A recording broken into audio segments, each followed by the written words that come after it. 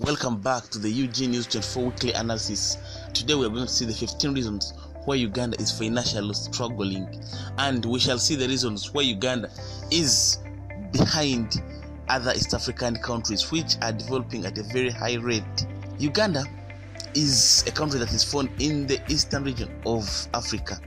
We started asking ourselves, why are Ugandans and Uganda poor, and why is it that Uganda is the only country failing to catch up with its neighbors, especially Kenya and Tanzania?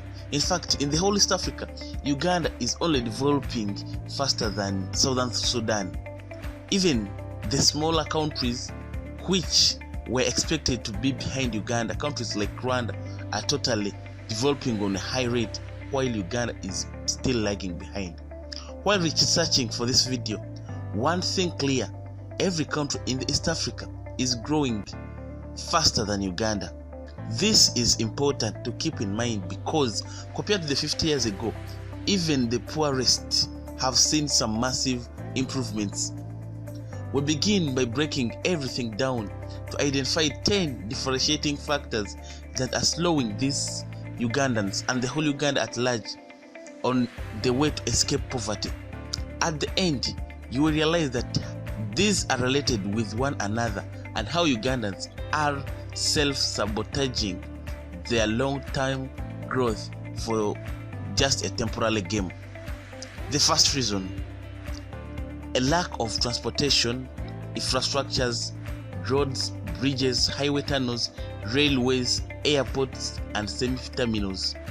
These are the foundation on which trade is built, and trade is the main driving force behind economic growth in any country on this world. You bring products into the country and you export them on your own. Transportation is very vital to the long-term financial success of any country, and this is not a secret. This allows people to transport goods throughout the country, to exchange products, and increases the overall ability of everyone to add value. Now you can take your goods by a scooter or car and travel to the nearby city for work that pays, buy or sell your products in the market for a bigger profit. You can take your own children to school, and if the situation arises, you can reach at the hospital in a good time. The impact of lack of transportation and the structure into the economy affects almost every aspect of life. Almost every politician in Uganda always promises better infrastructure, but always fail to deliver it because there is no money to provide sufficient infrastructure to the citizens. They offer these high value contracts to companies that will benefit them, hence robbing the population twice. It's only the people in town who have only somehow good roads, but the people in the deep villages, they are totally suffering. Once one becomes the constituency leader, he will promise that he will give good roads, good electricity, but on going to office, there will be nothing to show. Poor roads is a very big problem in Uganda, and one of the main reasons why Uganda is still lagging behind.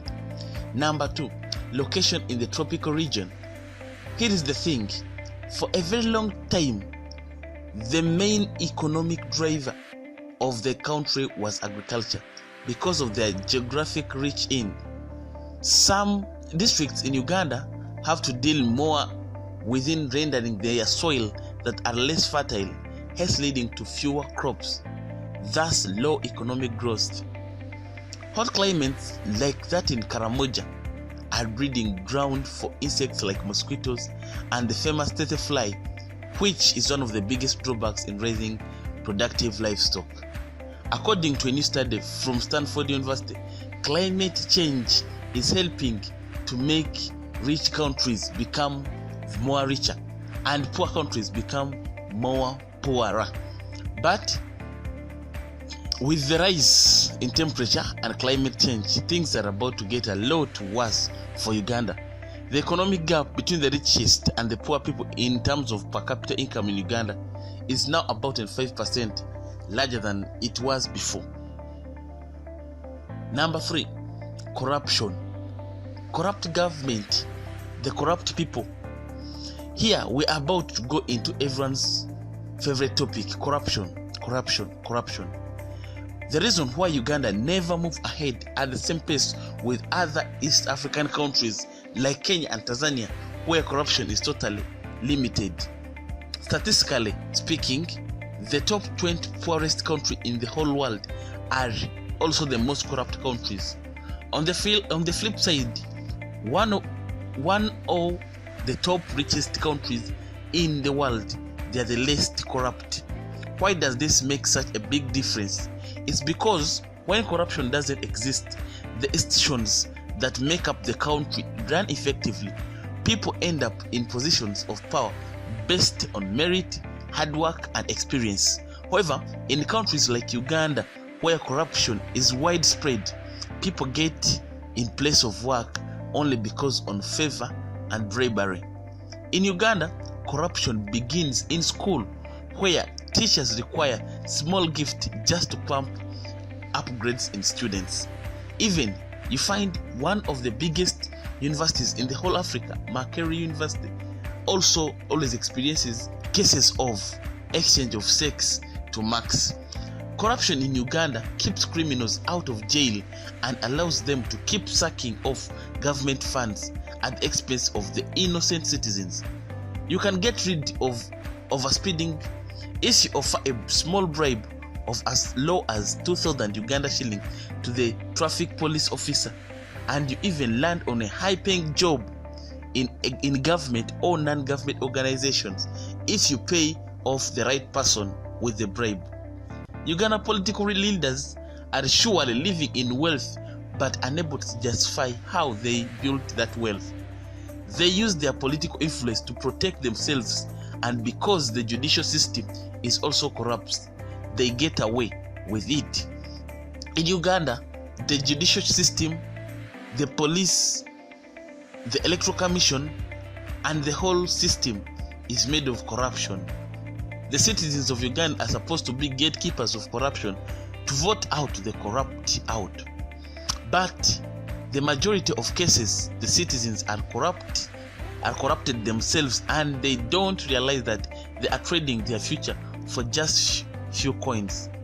Many people keep voting in corrupt politicians just because of small bribes. People are just entertained with musicians, and they will just vote the corrupt in, and they will be some people are even entertained by small coins for as low as 500 Uganda shillings. They will just vote the corrupt in because of just 500 Uganda shilling.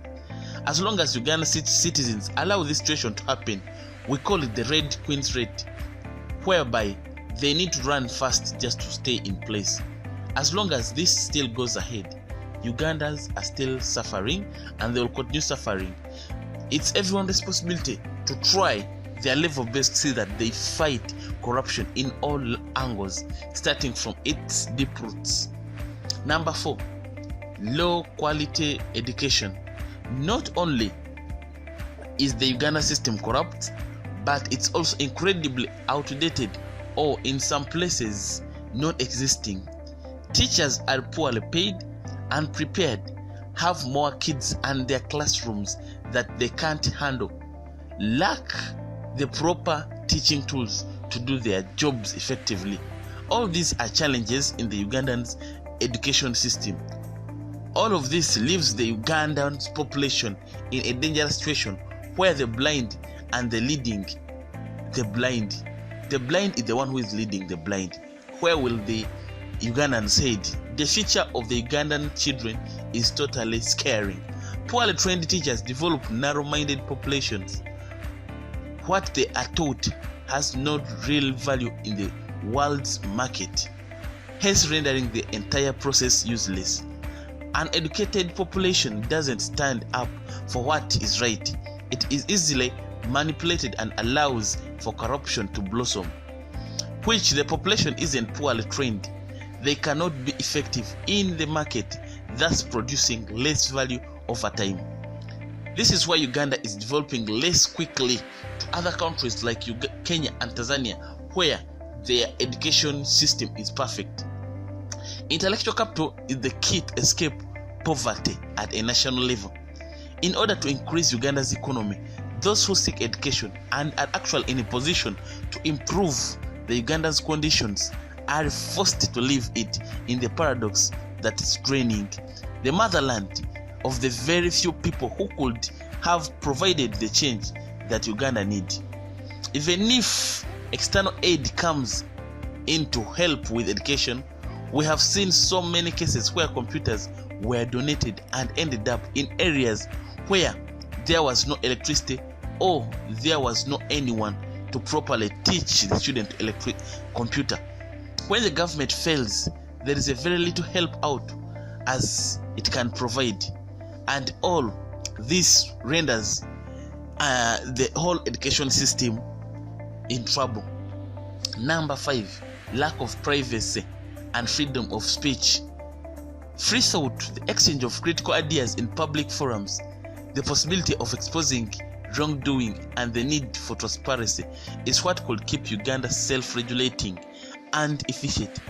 In the majority of poor countries in Uganda, the media is a tool owned by the corrupt government. Instead of being used to keep the ruling class, it's used as a political weapon to discredit, misinform, and control the citizens' perception of reality. Poor countries have a total control over what information the population gets. This type of censorship breeds a feeling of insecurity and fear in citizens. The poor, the people, the stronger the government exercises over them. This is done through surveillance and through long local representatives to get specific benefits if they side with the censor. Privacy is almost no longer existing, and people just don't trust one another. Many Ugandans are afraid that their neighbors could be spies of security forces. Nobody is taking any chances to speak out against the ruling leaders. In fact, there is no longer any freedom of speech in the whole Uganda. Ugandans are totally suffering because they are lacking freedom of speech, and this is one of the reasons why Uganda will still lagging behind.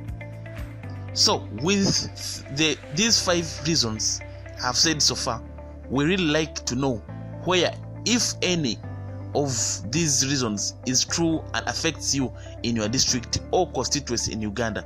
We are building such a wide range of numbers in our country, and we would love to learn from you what signs and reasons you've seen in your district. UG News 24 YouTube channel is there. Please subscribe and follow us. Subscribe and follow us in all our social media platforms. Thank you. May God bless you.